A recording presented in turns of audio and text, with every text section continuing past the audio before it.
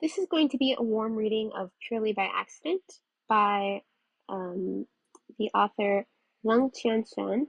Um, I actually started reading this book a little while ago, but I didn't finish it, and so I decided to do a warm reading to help myself get to the end of the book, and I thought I may as well share. Um, Disclaimer, this is a warm reading, which means I will be keeping in any small um, mistakes that I make when I read. Also, I am not a Chinese reader or speaker. I tried to look up to see if I could find how to pronounce the names of the main characters, but I wasn't able to find anything. So if you're listening to this and you do happen to know how to properly pronounce any of the main names that come up, please do leave a comment. I would love to correct my pronunciation in future chapters. But for now, I'm going to start with chapter one. So this is chapter one of Purely by Accident by Lung Qianshan, translated by Ducci and edited by X_Los. I'm a prince consort. That is to say, a professional toy boy. Of course, I wasn't the one who came up with that shameless job description. It's actually something that the Yan Empire's other prince consorts have tried hard to drum into my head. The day I received my title was a fine one, with a light breeze and just a few wisps of cloud in the sky. The faint scent of osmanthus blossoms hung in the air. I knelt in the middle of the throne room, with rank upon rank of court officials assembled to my left and right. The fluttering of their colorful robes gave me a slight headache. I heard the Emperor of Yan proclaim, with a note of joy brightening his stately tones, that the imperial scholar, Wei Zhishang, having been found unimpeachable in both character and appearance, and having displayed great skill in both the scholarly and martial arts, had won the favor of the emperor. Accordingly, that same Wei Zhishang was granted the title of prince consort in the hands of the emperor's eldest daughter, the Yangyan princess. Of course, I had been expecting this. Yet amidst all the commotion of my fellow officials joining me on their knees and ceremonially chanting, "Your Majesty is wise," 3 times in unison, I couldn't help turning pale. It was probably because my ashen face looked frightful that, after court had adjourned for the day, the other prince consorts insisted on steadying my nerves with a drink, or several. The gathering was to take place at the second prince consort's manor.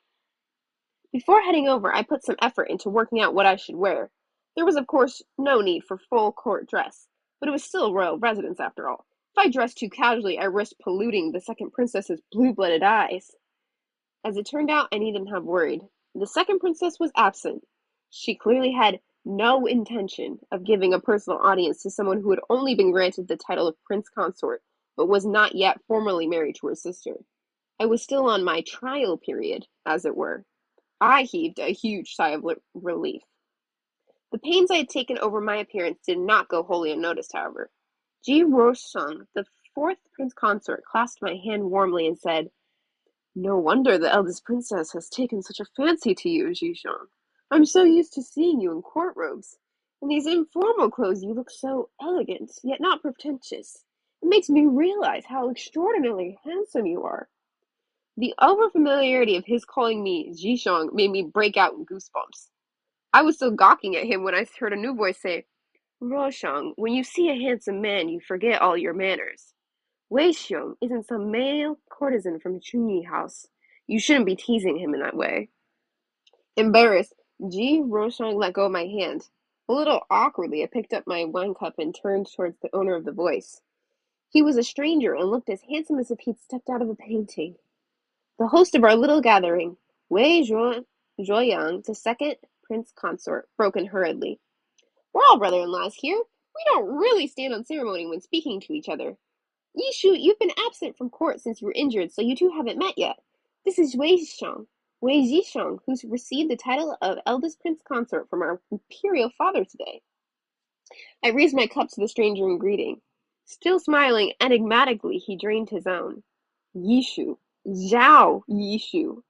Although this was the first time I had met the man, the name was very familiar. Everyone in the capital had heard of the heroic exploits of Zhao Yishu, eldest son of Zhao Tingshuan, who was the vice minister of personnel. At 16, he had won first place in the imperial military examination. He had later married the third princess, the most beautiful woman in the Yan Empire. Most recently, he had been given his own military command.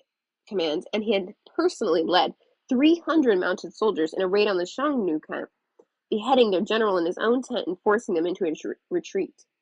He had returned to the capital in triumph, and the emperor had positively smiled upon him. Not only had Zhao Yishu been showered with rewards, he had also been granted a special dispensation from attending court for the whole of the following month.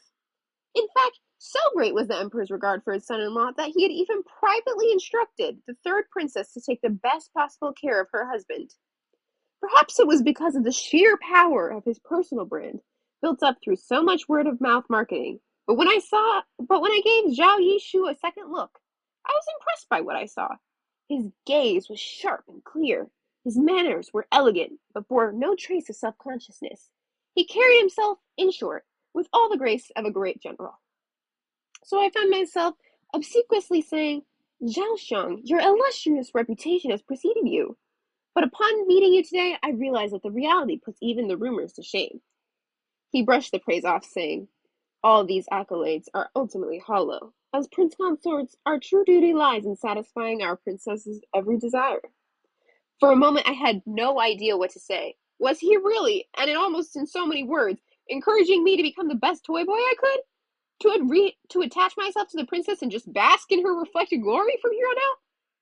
As I was turning this over in my mind, both Ji Rosong and Wei Zhuoyang chimed in with their fervent agreement. In that moment, I felt as though some fundamental truth was being revealed before my very eyes. "The eldest princess is much favored by our imperial father," said Wei Zhuoyang. "As her consort, Wei Xiang, you will have many opportunities to accomplish great things at court. Even leaving aside the position and wealth you will be gaining, the eldest princess is a very beautiful woman," Ji Rostrong added.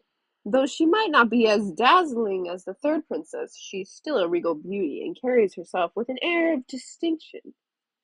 I could only give a pained smile. Things were becoming clear. This was no boys' night out, or in, for steadying my nerves. It was my soon-to-be in-laws putting me on notice. The message was clear. As long as you stay on your best behavior and devote yourself wholeheartedly to waiting on your princess, we'll see to it that you have an easy time of it. Judging by how well coordinated the three prince consorts were on this point, the mastermind behind their operation must have been no less a personage than my future father-in-law himself. I had broken into a cold sweat by this point, which I tried to laugh off. Not only is it my own personal great fortune to have been given the hand of the eldest princess in marriage, it's also a sign of how much heaven has blessed my family," I said. "Rest assured that I will not be remiss in my duties. I will serve the princess most diligently and share most faithfully in the emperor's burdens." By the time I staggered out of the second prince consort's manor, my wine-addled brain held only the words "professional toy boy." To tell the truth, becoming the eldest princess's exclusive toy boy was probably the fondest dream of every man in the Yan Empire. Beauty and riches, what more could any person want? Oh yes, this was absolutely wonderful. There was only one problem. You see, I'm a woman. To be more precise, I'm an honest to goodness, 100% guaranteed, authentic, pure, unadulterated maiden. And so what should have made me my fortune became nothing short of a tragedy. Chapter 2. It is a truth universally acknowledged that every tragedy is heralded by its own portents. In my own case, the tragedy of the female prince consort, as it were, when I looked back over the sequence of events leading up to my betrothal, it was clear to me that it had been portended by the coming of spring. Oh, I forgot to mention, before coming to the capital, I had a day job as a bandit chief. I disguised myself as a man and set up a stronghold on Mount Yanluo. My merry band of brothers and I had a roof over our heads and land to grow food on. We were generally content with our lives. Only when we got particularly bored did we engage in a little light robbing of the rich. In short, we had it all figured out. Winter had been particularly harsh that year. Heavy snow sealed all the mountain passes, making it impossible for anyone to enter or leave. So cut off were we from the rest of the world that my more desperate brothers had been forced to resort to the way of the cut sleeve. When the first breeze of spring finally wended its way down into our stronghold, the whole mountain practically reverberated with the joyful howls of my brothers, whose hearts, not to mention their other organs, were stirring with what might loosely be called romance. In an effort to seem like one of the boys, I made sure to declare to all and sundry, at our springtime celebration and on other public occasions, that my heart, too, was stirring in the same way. As it turned out, I was only talking my way into trouble. The day it all started, I was amusing myself by feeding the pigeons when Shujichi, my second in command, came up to me. Daga, go and have a look in your room, he whispered surreptitiously in my ear. We've left you some good stuff. At the time, I assumed that my brothers had carried out another robbery in their latest fit of boredom, and had left me some antique or curio as my share. Brimming with glee, I rushed back to my room, but when I closed the door and turned around, I stopped as if I had been turned to stone. Oh. Lying on my bed was one whole woman, and a stunningly beautiful woman at that. Her skin was as fair as cream, and her haughty brows were perfect arches. I looked her up and down, the way I'd seen my brothers do with other women. She had, as they say, curves in all the right places. Someone had sealed this beautiful woman's acupoints, rendering her immobile. She lay there with her eyes closed. There was a touching air of vulnerability about her. I moved closer, gazing at those red lips whose color owed nothing to art, and at that long, white throat, shown off to even greater advantage by the slight upward tilt of her head. Oh, I had never imagined that there could be such a woman in this world. One so beautiful that just looking at her was enough to send my pulse racing, even though I was a woman myself. Just as I was wondering how best to deal with the situation, the woman suddenly opened her eyes and stared straight into mine. There was something about those eyes, though I couldn't have said exactly what, that lent an air of authority to her soft, delicate features. Hastily, I took a step backwards and held up both my hands to show that I meant no harm. It wasn't me. I wasn't the one who kidnapped you. I didn't do it. It was only after I disavowed all involvement in her kidnapping that I realized she was the meat and I was the chopping board. What was I even panicking for? In a fit of pique brought on by this internal humiliation, I plonked myself down on the bed and sat there, studying her brazenly. This roused her anger. "Such insolence!" she exclaimed, furrowing her those exquisite eyebrows. "Who who are you?" This remonstrance did not have the desired effect. Her voice was not intimidating in the least. Instead, it was sweet and gentle. The contrast between her voice and her stern expression was oddly appealing. Seized by a sudden fit of mischief, I reached out and stroked her hand. We were both women, after all. It wasn't such a big deal for me to touch her hand, was it? She clearly could not believe that I was behaving in such an insolent, as she called it, fashion, but there was nothing she could do.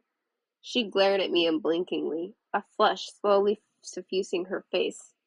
I strongly suspected that if I were to unseal her acupoints, the very first thing she would do would be to give me a full-arm slap across the face. So, this was how it felt to do exactly as one pleased. Having taken an inch, I decided to take a mile. I stroked her cheek as well. So beautifully soft. We were both women, after all. It wasn't such a big deal for me to touch her face, was it? She looked as if she wanted nothing more than to tear me into 1,000 pieces. "You let her!" she spat through clenched teeth. Her agitation made her lips flush even redder. As if I had been bewitched, I found myself bending down, bringing my lips closer to hers. We were both women, after all. It wasn't such a big deal for me to give her a kiss, was it? At least that's what I told myself. In the heat of the moment, I completely failed to realize how perilously close I was coming to behaving like a full-blown pervert. Fortunately, the sight of her desperately clamping her lips shut brought me back to my senses. It was too late for me to draw back. I was already bending over her. So I tapped her lightly on the lips, trying to make it seem as if that was what I had intended all along. "There's no need for that martyred expression," I told her, straightening. "Your looks are hardly enough to tempt me." And with that, I slipped quickly out of the room. It was only after I had slammed the door behind me that I dared to relax. I took a deep breath, patting myself on the chest to calm my pounding heart. Where did Shujichi manage to find such a temptress? I fumed. Just being in the same room with her was nearly enough to turn me into the female version of an out-and-out cad. I dashed off to find Shujichi. Along the way, I ran into a good number of my brothers, all of whom gave me knowing smiles. Seeing that, I swiftly forgave myself for my churlish behavior earlier. After all, I spent so much time around these dirty-minded reprobates. It was no wonder that my own morals had been corrupted as well. The idea of rising unsullied from the mud was clearly nothing more than wishful thinking. I found Shuji-Chi laughing together with Yi-Chen, our Brotherhood strategist. When they saw me coming, their smiles became outright lewd. Yi-Chen scurried up to me, looking closely into my face. "I hear Ji-Chi found you a woman," he said, grinning broadly. "I was wondering why we hadn't seen you all morning. From the look on your face, you must have been completely satisfied with that little lady." I gave him a kick. "Just because you're in heat, you think everyone else is too? When have you ever seen your chief behave in the same disgusting way as the rest of you?" "That is true," said Yi Chen, frowning. "Zishan, you're not a cut sleeve, are you?" Suddenly panic-stricken, he took a few steps backwards, putting his hands protectively over his chest. I stared at him completely speechless. "Even if I was, I wouldn't cut it for you." Though when I thought about it, given how I treated that woman earlier, wasn't I already teetering on the brink of becoming a cut sleeve? Hang on, were women called cut sleeves too? Shujichi guffawed. "That's where you're wrong, Achen. I must admit, I was worried about that myself, but then Daga spent such a long time alone in his room with the little lady. Let's put it this way. You don't think they were just having a heart-to-heart talk, do you?" I smiled ruefully. Oh, woe is me. The way things were going, I was in danger of digging myself in deeper. So I assumed my most chief-like manner, cleared my throat, and said, "Since the founding of the Heian brothers, we've never been in the business of carrying off unwilling women. Keeping a woman locked up against her will, that doesn't seem right." Yi-Chen gave me a suggestive wink.